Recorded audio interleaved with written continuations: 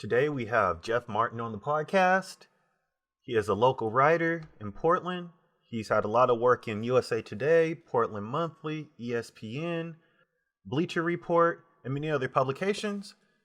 He has a consulting company called Clarity Consulting, where he works with other businesses and entities to help tell their stories. And on this episode, we kind of just have a great conversation about what it's like to be a creative in Portland and being Black and really navigating that space and really finding your purpose. And so without further ado, let's get it started.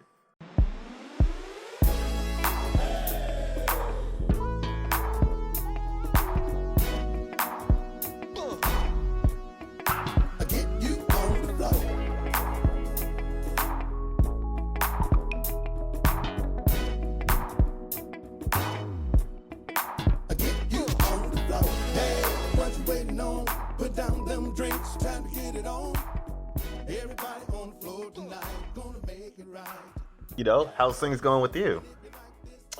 Well, everybody's making the whole work from home thing, and for us, it's been status quo. I mean, we got this space. You've been here. You've seen what we have. We're working with, but the one element that we've had to adjust is the kids, and that hasn't been easy. I mean, we're fortunate that we do have the space to do it, and I'm going to be that good dad and say it's all a blessing, all the time with our kids, all the extra time. But you know what? At the same time, enough, man. It's been rough. I mean, honestly, it's hard because you understand they're just anxious. You know what I mean? And so they've been been more than a handful, but I think we'll get to it. It's just new, it's new for everybody. So yeah, it's a new normal. And, the first day is always interesting. I think we're on day 5 of, we're on day 5 of quarantine. And so it becomes you're starting to get used to it, what to do, when to manage things, all that good stuff. And so, what are you doing now? What is sort of since things haven't really changed, what allows you to not have such an uproot from Well, I mean, I don't know. I don't want to say if I had wood to knock on, I would. I don't want to jinx things. Our projects haven't changed much. Clarity Content. We do a variety of communications, media relations, just content, problem solving, whatever you have. We're former journalists, so whatever writing or anything with words is how I like to say it, that you need, that we can help with. And so with our clients right now, again, knock on wood, they've been these industries or things where this hasn't really affected them at all.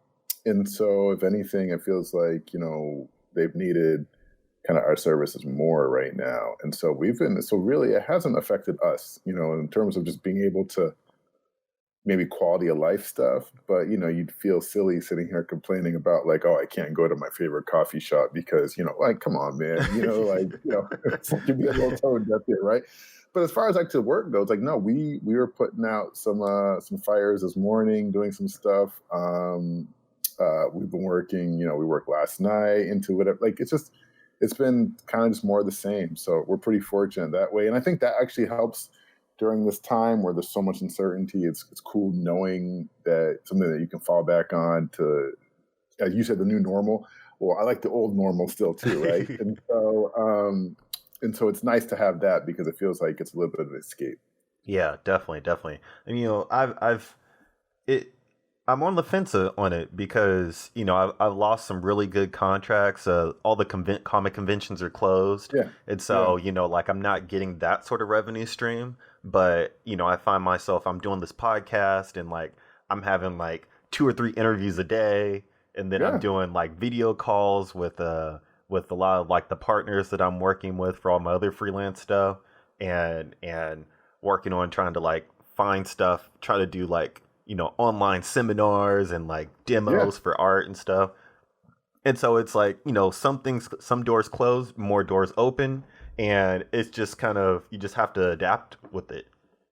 No, there's no doubt about that. And I feel like, this guy, Mark Grimes, who's a pillar of the Portland kind of entrepreneur startup community, he had a tweet, and I've been quoting it like furiously. I don't know if it's his, but he just wrote down and said something about, be careful, like seek or find the opportunities, embrace those, but don't be opportunistic, And so I feel like right now, like, it's so early with this. We have no idea what's going to happen here. But I do feel like people who are able to sort of, and pivot seems too strong, and it seems like one of those business buzzword things too. But I think if you're able to actually recognize, to be present and just kind of recognize something that, to be able to see something that might actually turn into something, I call it unintended consequences, like something that might be a positive, like in the long term. Hmm. Like I feel like if you have that flexibility and you're not looking at it and saying like, the sky is falling, and it might be. Let's be honest. I mean, I don't know how this is going to play out, but I do know that,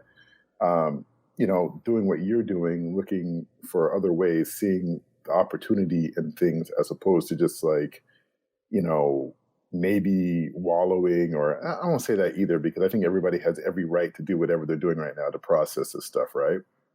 But I feel like a much more productive use of time is figuring out, like, hey, what can I do in this time that, I hate to sound crass, but that I can benefit from in this. And so, whether that's creatively, individually, collectively, those are the things we should be looking at right now.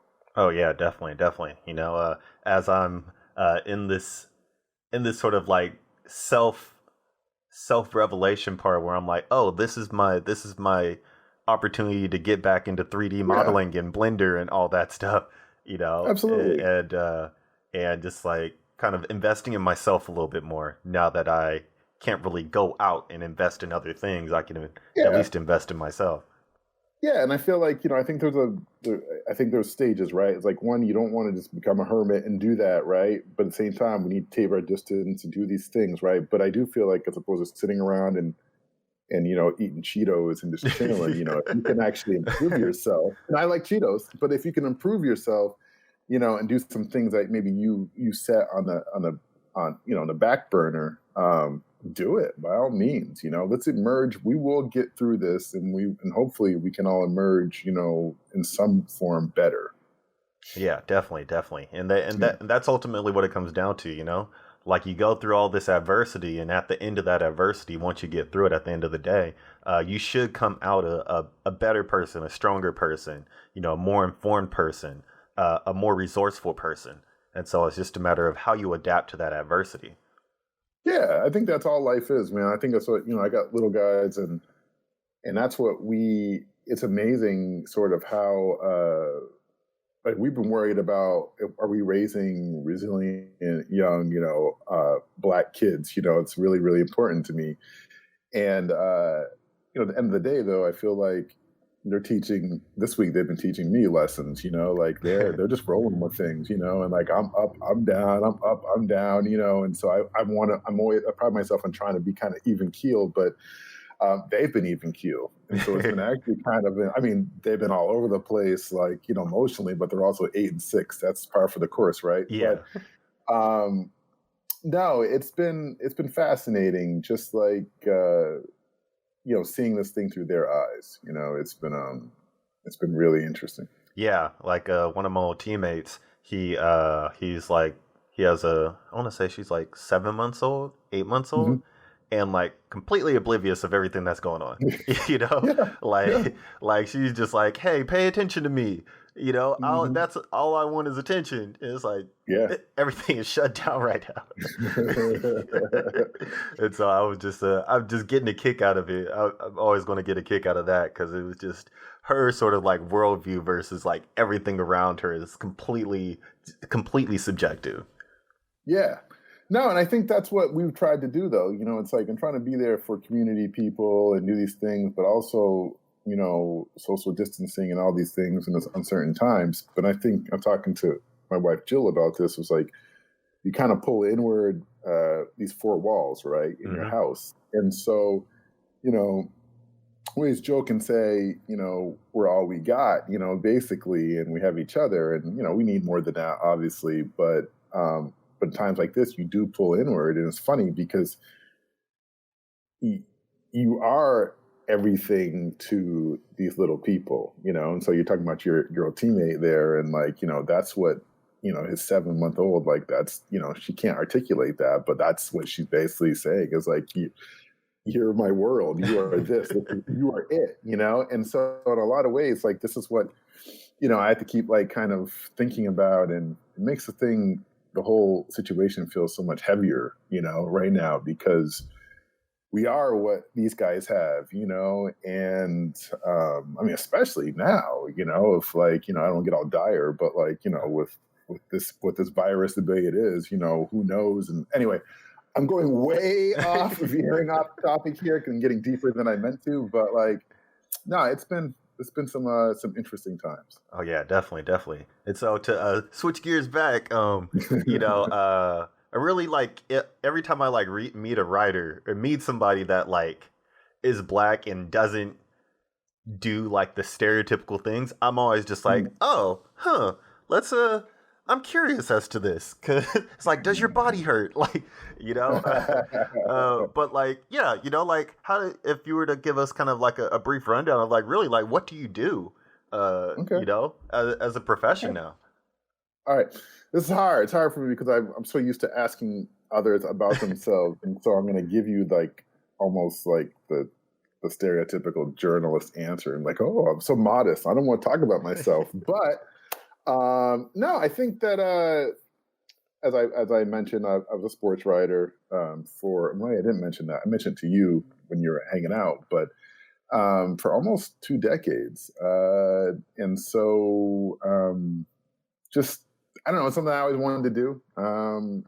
It was the only thing that kind of made sense. I knew very early I was not going to be a professional athlete. Actually, that's not true. I didn't know that, or a college athlete. I skipped a grade, and so for me, I was like a late bloomer because of that. Like I was literally like I grew like 7 inches between like my junior and senior year of high school, so I was always like this kind of short, roly poly kid. And then I just kind of sprouted, and like all these coaches and everything were like, "Where did you come from?" I'm like, "Well, I was always here. I just grew." So, but I think it was kind of sobering though, and I knew that I wasn't going to be, these guys that I'd spent my whole life reading about, and so because I always just consumed sports pages, I was just like, I'm going to write about it. So I went to Boston University, and then it's kind of a funny story. I never meant to actually. Well, I shouldn't say I never meant to, but I got my first job, my hometown paper in Vermont, by accident, because I was like bartending, and I was just kicking it, and I mean with my roommates, and I get a call from the sports editor at my hometown paper, and I thought someone was pranking me, so I kind of blew him off. I like hung up. He called me back, and he was like repeated the same thing, and I'm like, wow, this is kind of an elaborate thing, that hoax that this guy is pulling. And so then I was like, oh, I think this is real. But I didn't know. My brother had submitted like my resume, and so by the end of the week, I'm up there interviewing. By the next week, I have the job. The following week, I moved back to Vermont. I mean, this is like whirlwind stuff. Oh, and I'm working by like the end of that month, and I'm a full-time journalist. I'm just like, I don't know how this happened. So I tell that story really just to say that, like, there's people who will tell you like, bootstrap, work hard, do these things, and that stuff is, whether you want to believe in that stuff or not, cool. I always say like, there is that's all, like, we all have to have a baseline or a foundation of like competency, right? Like, Yeah. you can't just be some like bumbling and like get jobs, right? But I feel like, honestly, I think there's probably like, if it's not 5%, probably 3%, 2% who are just otherworldly talented. And I think like a big chunk of us are just us, right? Which Yeah. isn't good or bad. Just like, people who have varying levels, we're good at some things and okay at other things.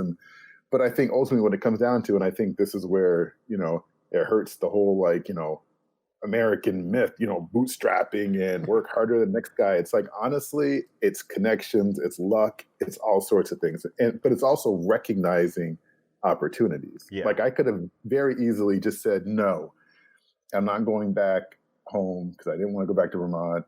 I'm in Boston, city I love, with my friends, hanging out, bartending. I'm 21 years old, like I'm having a hell of a time.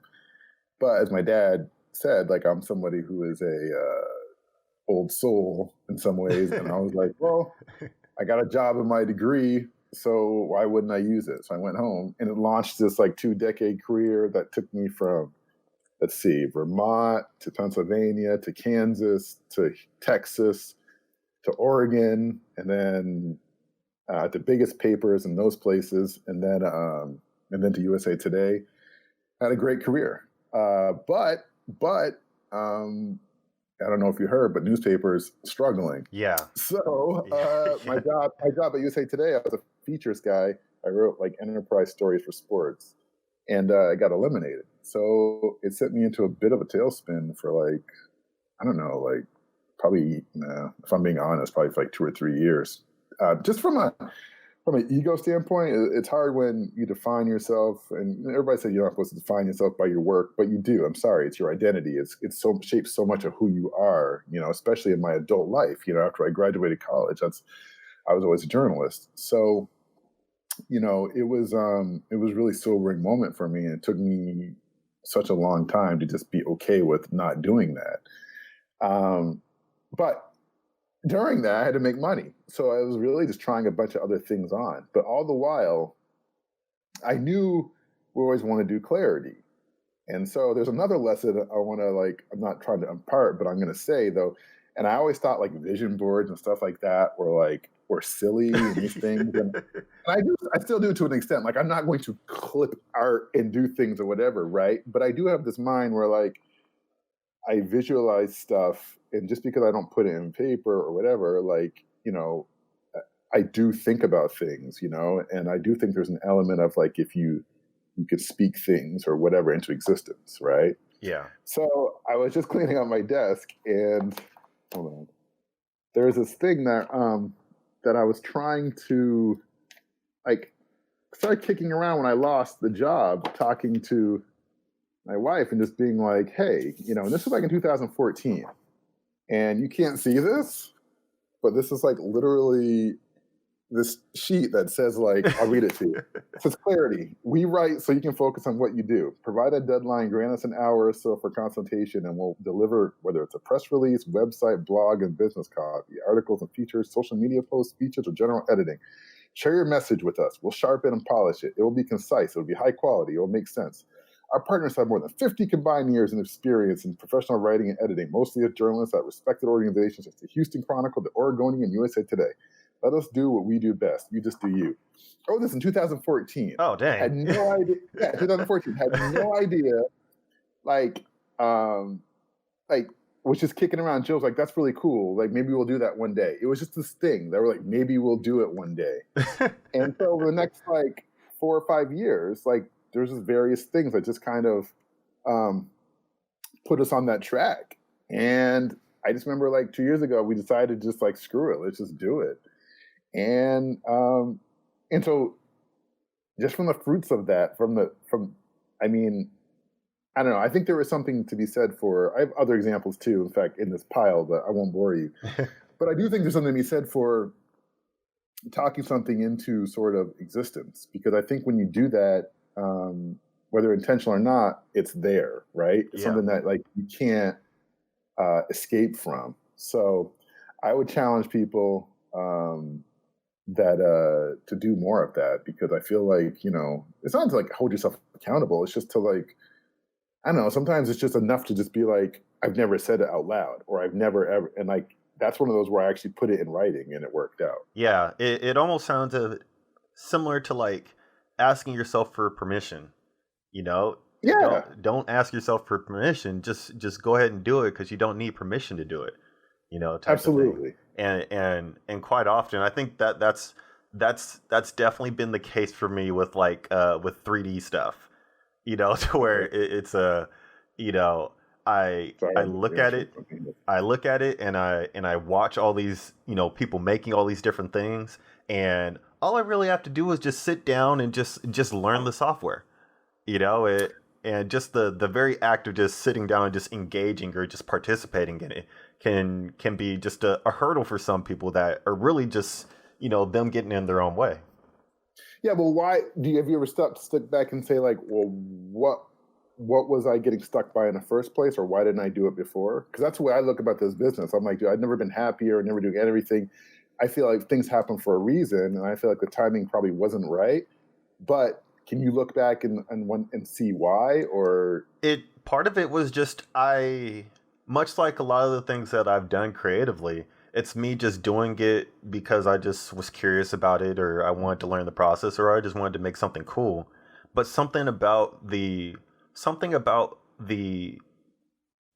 either the software or just the lack of quote unquote inclusion in it, yeah, and it just felt like it was going to be too much, or it just felt like it was, yeah, it just felt like it was going to be too much, or like I wouldn't be successful in it, you know, and it really kind of just stuck with me. Like it literally is like haunted me for years because like now that I'm kind of in that space and I'm seeing how far I'm like getting along with it with like yeah, very little like for being in it for the past like 3 months, like I felt like my creative opportunities have like bumped up noticeably.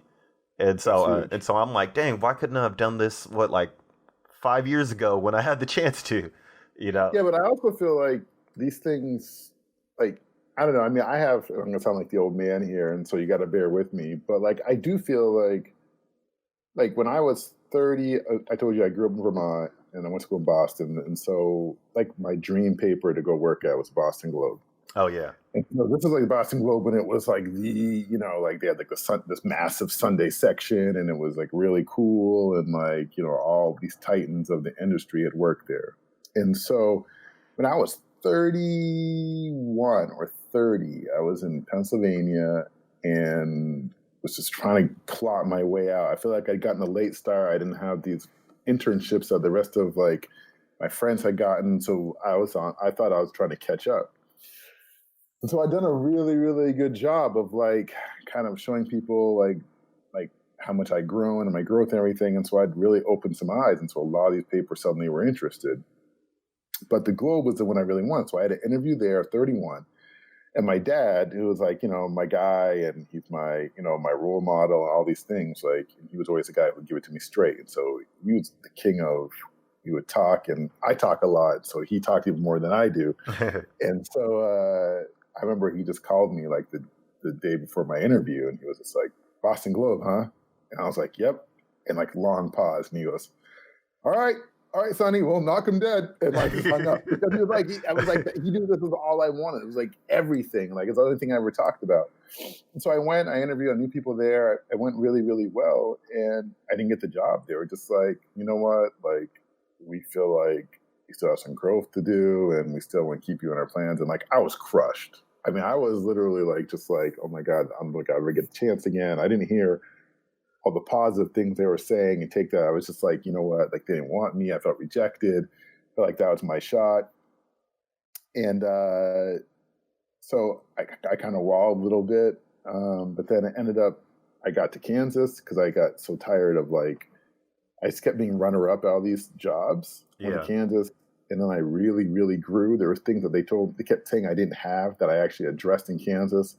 Then I went to Houston and got the pro experience that they really wanted to see. And then, then I was on my way. I was made. But the point is, I could look back once I got to Texas and realize that I wasn't in any way ready for that Globe job. And so at various points, anytime there's been any setbacks or anything that don't happen, once I have some distance, I can see that I just wasn't ready, and like everything happened when it did for a reason. And I'm not one of these big spiritual people that's going to be like, whatever. Like, no, I don't think I think you create some of your stuff to some extent.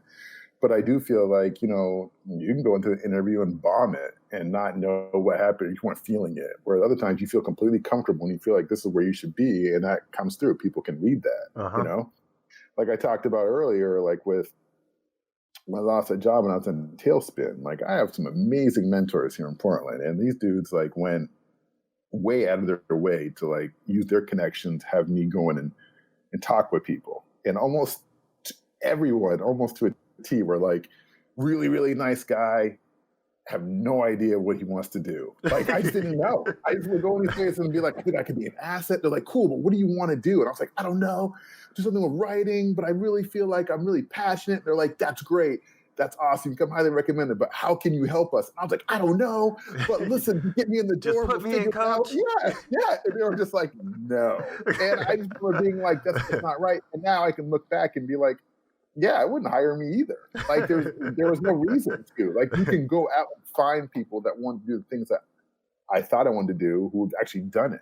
Like I wasn't bringing anything. I wasn't helping them at all. You know what I mean? I wasn't Yeah. solving any of their problems. And so I think like all that would have done if most people had taken a chance on me is it would have led to like it would have hurt my mentors because they recommended somebody who probably wouldn't have worked out, whatever. But I feel like, again, I keep going back saying, like, I think things happen for a reason. Yeah. And so, and that's the one thing I just tell people. I'm like, you got to create your own stuff, but I think you also have to just kind of like let things sort of happen as well. It's a weird balance, but like, but there is one there. Yeah. Yeah. And often from what I've seen, just going through my journey and now kind of being a little bit up the road that like I'm trying to figure out how to like describe it because I'm like by no means I have not seen like the tip of it at all, but like being past the part that I was at, I'm seeing that there's a value in sort of like finding really like your own voice and what you want to do, and No doubt. and getting over that sort of like that moment of pride of like I'm hungry and I just need something to get started. It's like, well, you kind of have to start something so that other people know where you're trying to go. Yeah, you told me a little about your story, and I think when I walked away from our first conversation, I remember telling my wife, I was like, dude, this guy, I didn't say you had it figured out, but I was like, you were so much further along than I was at a similar age because like, you know exactly what it is you want to do. Like I was still trying to figure out my voice in these things as a writer, you know, and I was just kind of listening to the editors because I was like, oh, you're going to hire me? And then, okay, of course I'll change this. I'll adapt and do whatever. Yeah. You have a very clear sense of like the road and the route that you're taking and you're kind of staying on that. And I think everything else is just kind of like this ancillary stuff that you're like, cool, I'll pick up on that. I'll do this because it helped me do this, but I'm staying here. And I love that because like, that's going to serve you so well because you know exactly who you are, you know? And I think like that's, if I could give you any advice, I would say, and not like you need it, but I would say, you know, stick with that. Like, do not get deterred. Don't listen to outside stuff. Just stay the course. Oh yeah. Yeah. Hey, I could take all the advice I can get at this point, you know, but yeah, it's you know, being in, would you say that this is like the creative field that you're in? Yeah, absolutely. Yeah, Yeah. I'm a Like, creative. Man, it's funny because I bristle at that label, just because, you know, I've always been kind of creative. I think being a journalist, you know, I think you're creative every day. You got a blank page, you know, yeah. like you got to do a Dateline and you got to write a story, you know, and you don't have a lot of time. So yeah, I was plenty creative. I am creative. You know, it's funny now. It's like like, you know, we helped the university like with like basically strategize this morning about you know, media pitches and like like it's weird. It's weird how, you know, doing this one thing well lends itself to this other thing, and then it's all these creative things. People want your input on. It's weird. It's a weird kind of confluence of all these things that, frankly, if you had told me I'd be doing this 10 years ago, I would have laughed, you know? Yeah. But I do enjoy it because I get bored. I get bored with like just one thing. And as I was notorious for this, like I would have like 9 months on a beat, like, you know, covering Kansas State football. And then I would need time to decompress in between seasons, you know, the overlap with basketball. So you don't really have that, but, you know, it's basically preseason in basketball. And so I burned myself out so hard for those, like, not 9 months, but like, what is it, 6 month, 5 month football season. And so Yeah. I would burn myself out. And then I would just be like, I need a break. And my editors would be like, dude, I'm like, I just need some time. I need to just chill out, you know? And so they would sometimes say I would go hot and cold, but it wasn't because I didn't care. It was just because like, that's just, I've always been that way. I've always been somebody who is like, ooh, this is the most important thing I've ever done. And then I'm like, eh. But like, and I don't know if it's ADD, I don't know what it is or what, but it's just, I've always been that way. Yeah, So, yeah. It's I find myself going through creative spurts where, I'll just all I want to do is just sit down and animate. And yeah, then I'll want to just sit down and just write scripts. And very rarely, or I'll just sit down like just want to make comics and just like yeah. do stuff. But very rarely do they overlap to where it's like I just need to. I remember telling You my got to finish girlfriend, one. yeah, it's like I remember telling my girlfriend, I need to get this out of my system because I know it's going to be here for a small amount of time, and then I'm going to be into something else, and I won't even want to touch that. And So so you don't like, so you have to kind of compartmentalize. You cannot overlap. You can't it just doesn't. I'll find myself just like sitting at my computer and like trying to get myself to do something, and I just don't mm, have the drive to do it. But in the back of my mind, I'm like getting myself to do something else, and so okay. I just learned to sort of like go with the flow that way and just crank out a lot of stuff when I can, you know, That, and it's been I'm still learning about myself creatively, and I'm open to that exploration. And so hopefully I can learn more about myself. hey, this is the journey, you man. know? We're all on our journey. So, Yeah. so would you call yourself a creative then? Oh yeah, definitely. Like it's I think that's the I find myself having to use a lot of the buzzwords because Mm. it's very easy for me to mention something that I do and it just goes over somebody's head. So I just be like, I'm a creator, I'm a content Yeah, creator, yeah, like yeah, yeah. to kind of like parse it down into like the roots of like what I do. uh Yeah, we had to call it, we had to do that with our company. It was just clarity, as you saw on the sheet, but now we're clarity content because people are kind of like, what is clarity? I'm like, I don't know, man. You got to ask. Maybe you don't need to know. And Joe's like, whoa, whoa, we don't want to be pushing people away. I was like, good point. yeah, it's like we But they we just just we make understand it. stuff, we do stuff. Exactly, because we do. We create. Oh yeah, So, definitely, definitely. And so like things right now just really like it's kind of just the joys of being a working in the digital space mhm. has it has its pros and cons. And so for you, like you like started your own business and you're pretty much in that entrepreneur space as well. Yeah, no, it's weird. It's like, yeah, I definitely am, and I've kind of tried to kind of making inroads a little bit with this. This is a huge entrepreneur. Like, what do I want to call it? I call it underclass, which I don't know. I don't mean to say that but I feel like big business dominates most cities. But I think there's always the entrepreneurial spirit there that really kind of drives everything else. And so I feel like I'm trying to connect with that kind of the collective there, And I feel like there's some really great people doing great things here and really supportive and it's been really cool. They embrace everything, and I love it. I mean, I really, that's some of like my favorite clients that we have. It's I just love the energy. Always have. I like the possibilities. I mean, people just being like, "I have the greatest idea," and it's like, "All right, cool." Like it's just, no, it's great. I think it's amazing, and so maybe that'll wear off. It hasn't yet, but like, no, we're a part of that, um, and it's weird. I don't consider myself. I mean, we don't really make anything. Like, there's tech people who are doing like apps and doing whatever, and and that stuff is just, it's way over my head. But I appreciate it. So what we have is pretty modest, but we definitely fills a need for sure because we have plenty of work. Yeah, definitely, definitely. And Yeah. it's I'm always really curious to see like how things always end up when I meet people that start off with like a passion, they're able to like scale it to something and they're able to add their own experiences into it to Yeah. make it even, push it even further. Uh like what when you started this, what they always talk about like exit plans, like but then you as you follow like businesses that have purposes, a lot of them don't really have those exit plans. They're just like, this is what we do. and Yeah.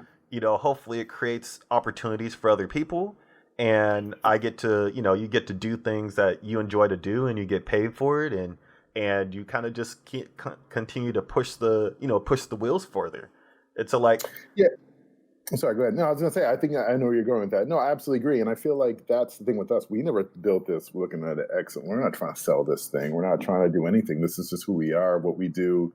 I think we're both people that I feel like our parents worked until, they were either 60 or close to their 60s. Like, I don't know. I just assumed that I was going to be working for a long time. And so now that we've actually found, the normal stresses that apply to people like who have bosses, we're our own bosses. So like we get sick of each other, that's an us problem, And so I don't know. I feel like we're not trying to sell this thing. As far as creating opportunities for others, there's no doubt we want to do that. I mean, I look at this thing and just feel like what we're doing now is tip of the iceberg. I feel like we could.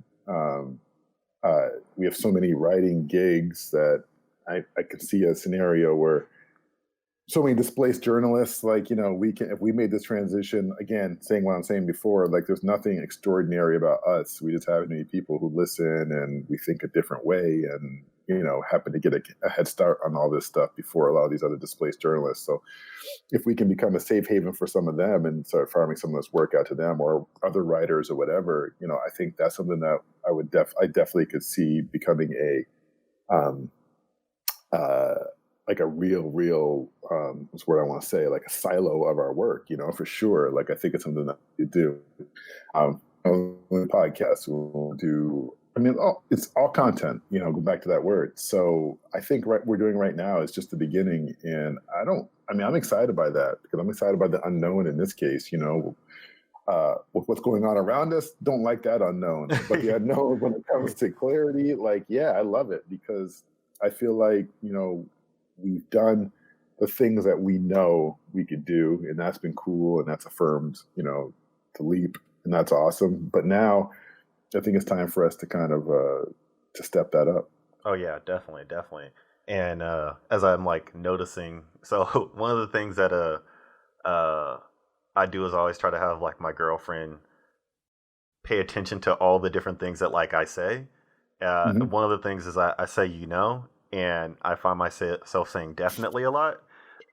And so then I start becoming hyper aware of it. And then I'm like hyper aware of when other people say it too. And so then I'm just like, oh man, I need to. I say, all the time. I say like all the time. I say, and I don't know, something else. I say but. I always end my things with but. It kind of tails off. So, and so I do so as well. So yeah, I just did it again. Crazy. Yep, it's infectious. It's infectious. Yeah. But as I just said, both of those. But one of the things that like I really enjoyed from like our last conversation is really because for me I'm trying to like break into sort of the creative industry, but by breaking it really means I'm just trying to find a job or trying to get a job that is with a creative like a ad agency or a creative studio or anything like that, just to figure out what to get that experience. And quite often for like Black creatives, it's always really hard to like get that first job that like launches your career.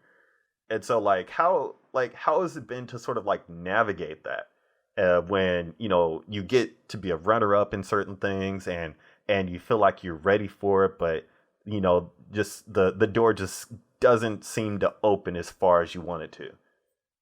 No, it's I definitely remember being there. I feel like, I can't tell you how to feel, but I will tell you that, it takes introspection. And again, it goes back to that whole age thing and whatever, like you're probably not going to see it right now.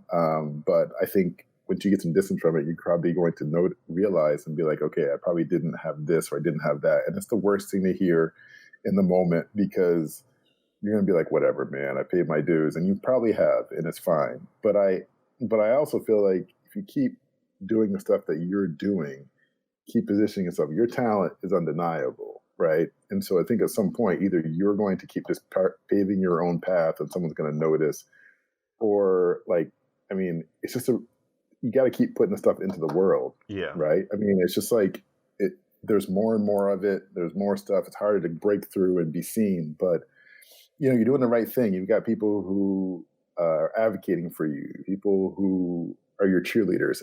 And that's the biggest thing I would say is like, short of you're talented enough. We know that. But sometimes talent's not everything, right? Yep. And so what's going to come to at this point is probably going to have to come from a connection. It's going to come through someone who's going to want to connect with you because maybe something they hear in this podcast. Maybe it's something that maybe see in a comic book. Maybe maybe it's through someone like Nate Frazier. Maybe it's someone like Stephen Green, whoever. But the point is, like, that's how all these things happen. I mean, I told you that story earlier already. I mean, I didn't get my first job. I didn't have start a 2-decade career because my brother submitted. I'm like, come on, man. Like, I had nothing to do with it. And so, and I can look back at each job I've gotten, and there's like one person or one thing that happened that's responsible for that. And so that's the truth. And so, I can look at our client list now. Like, we didn't get anything just unsolicited. We've gotten stuff all through connections that we made in those prior 2 decades as journalists. Okay. So everything. And I actually, one of my mentors is really encouraging me to do this. He's like, you need to be on college campuses, like connecting and talking to kids and especially athletes and just telling them that like the value of this, of connection, of relationships, of knowing this stuff. Like, you have think about that. If you're a Division I athlete, as you were, Yep. like, there is no reason. You have so much at your disposal, and instead everyone is just like, because the program wants it that way too, right? They want to get the most out of you. So it's like, hey, get to study hard, do this stuff, get to whatever. That's cool. But don't you think those kids would be just as well served if they're also like in your situation, like, could you have been, talking up, I'm sure there's some prominent, Oregon State alums who are in whatever field. Like maybe someone's at Leica. Yeah. Maybe someone there, but like, you know what I mean? Like, the point is, like, you could have leveraged that then, and just into a friendship, or maybe the walk-on whose dad is like the CEO or whatever. Like, you leverage. I can't express not using people. Like, no, just building genuine, authentic, relationships that are outside of your sport. Because guess what? For most people, that stuff's over in like 4 years. And what are you going to do with it? Who knows? But leverage those things, because you're probably never going to come in contact with these type of people, this wider range of people again. And so you have this opportunity to do something with that. And so my mentor was saying that I should go around and be doing this. And I have this whole pitch deck that I'm playing around with, but like, he's right, and so applying that to you, I think it's the same thing. I think it's just going to be like someone who's going to be like, take a serious interest in what you're doing and why you're doing it and your backstory and your perspective, and just being like, hey, it's like way back in the day with those patron of the arts, like someone's going to be like, you know what, like, I like him. I like what he's about. And someone's going to just definitely try to amplify what you're doing. Yeah. And I really believe that, Yeah, and that's true, because I remember what got me into the arts or making comics and stuff.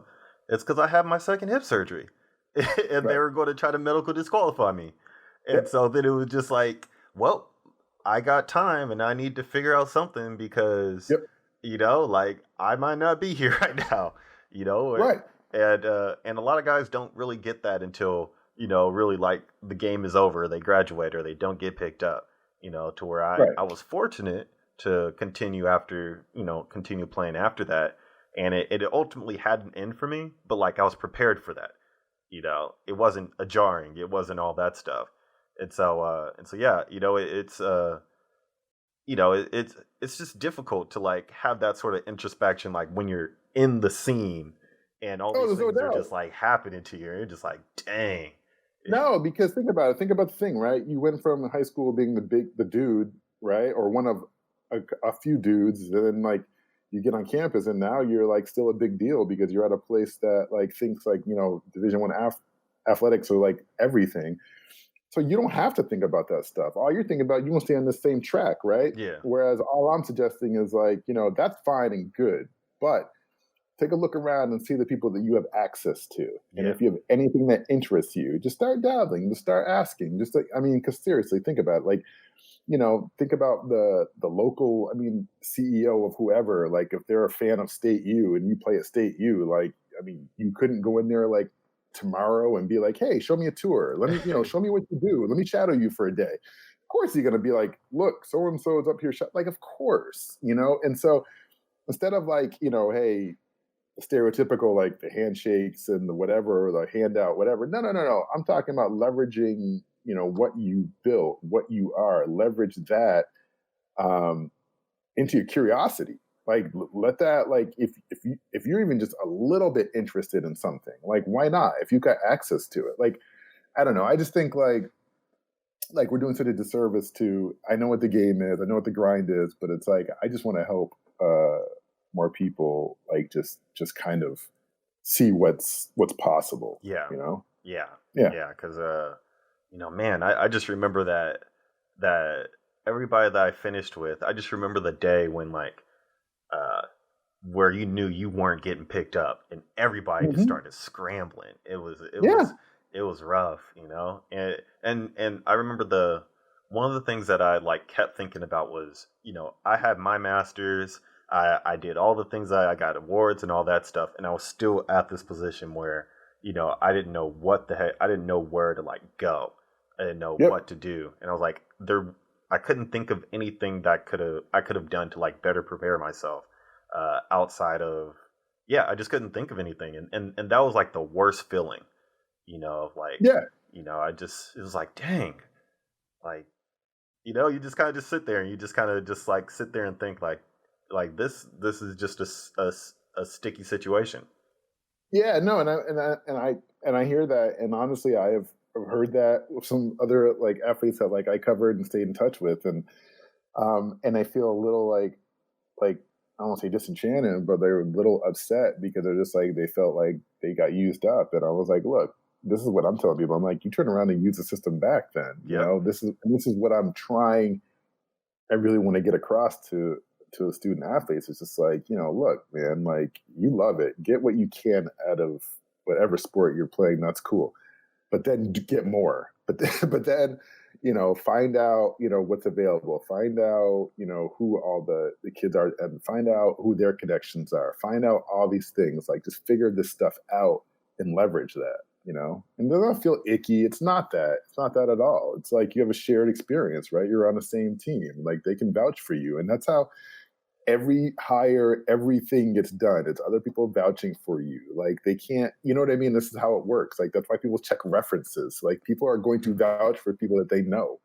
And so, if you've been in the trenches or you've been on a whatever with somebody, like who better than to like sit there and can speak for someone's character. So I don't know. To me, it just feels like a natural sort of extension. But I think you have to, as you said, you have to get in that mindset. Yeah. And I don't think a lot of these like 18 to 22-year-olds are. Yeah. So, Yeah. No, because I always remember like when I was coming out of high school, it was just like, okay, I'll spend maybe 3 to 4 years in college. Hopefully, I'll get my degree and everything and make sure I stay out of trouble. And then I'm getting paid. yeah, no, I know. I wasn't tall enough to play basketball, and so Right. I had to sit for, I had to go to school for at least, 3 4 years, and then I could get paid, and so Right. because the day-to-day grind, I mean, it's just a grind until you get that first check. And so, Yeah. uh planning for the future, I mean, I'm already planning for my future, Right. but in a different way that in a way that I probably that doesn't have the longevity, you know. Yeah. Yeah. No, and but like who helps you with that? Like Yeah. who, and so that's a challenge for Yeah. sure. Yeah. So, it's hopefully, well, it's going to be interesting with the March Madness being over, and Yeah. Yeah. all Yeah. these things really testing the infrastructure, because Mhm. I mean, I can't remember how many articles I've read where you know, people were saying that like it's gonna hurt the stock of the guys coming out, and it's like, well, how is a tournament in 1 month going to hurt the stock of the guys coming out when they played freaking 60, 70 games already? It's like, Yeah, it highlights a flaw in the system because it's like that's only when NBA teams start like actually doing their scouting is during March Madness. Like yeah, most, like they have scouts who will go during the season, but um, yeah. Hey, check you have your phone right there. uh, yes, I do. Okay, because anyway, yeah. So those guys, so they only basically follow like the college season during March Madness because they're just like, oh, this is when it matters, this is the highest stakes and all that stuff. And so I'm just like, so when people say that, I'm always like, so these 4, 5, 6, potentially 4, 5, 6 games are all that matters. And it seems kind of silly. So Oh yeah, definitely, definitely. And so to kind of wrap up everything, is there anything that you want to plug? Anything, any announcements or anything like that? I've got excuse me, podcast starting soon. We have the Koba Network. Okay. Nate Okay. Frazier, Community Baby. He's doing his Coffee with Nate right now, so I'll plug that. My website. I keep saying my website. My podcast will be in my wife's podcast, Managing Partners. That'll be probably the next one we launch. But also Clarity Content. Check it out, man. Workwithclarity.com. That's our site. Okay. Update it. That's all right. But yeah, if you need any help with words, get at me. Okay. But no, man, I appreciate it, man. Thanks for having me on. Oh yeah, definitely, definitely, definitely. It's since we're all quarantined, I figure it's easy to get people on a video chat than it is to get them into the office. Yeah, And so absolutely. stay safe. Tell the kids I said hi. Tell the fam, I will. be safe and everything. And we'll chat later. All right, man. Peace. Oh yeah. Again, I want to give another shout out to the Soul District Business Association and Flossin Media for helping me put this on. I'm your host, Stephen Christian. I mixed and mastered this podcast. I also did all the interviews. And if you see any of the stuff on YouTube, I put all that stuff together as well. With all the social distancing things right now, I'm producing this right out of my home studio. So if you have a chance, make sure to follow us on Twitter, Instagram, Medium, at PDX Black Rose, which is PDX BLACKROSE. And if you're on Patreon, hit us up on there. We would love your support. If you don't do anything else, definitely rate and review us on your favorite podcast platform. Apple Podcasts, Spotify, Google Podcasts, Stitcher. And on top of that, be sure to share this with your friends. The purpose of this podcast is to highlight the movers and shakers in Portland that are doing things in the Black community. And by supporting this podcast, you're supporting the community as a whole. So with that being said, thank you for your time, and I'll catch you on the flip side.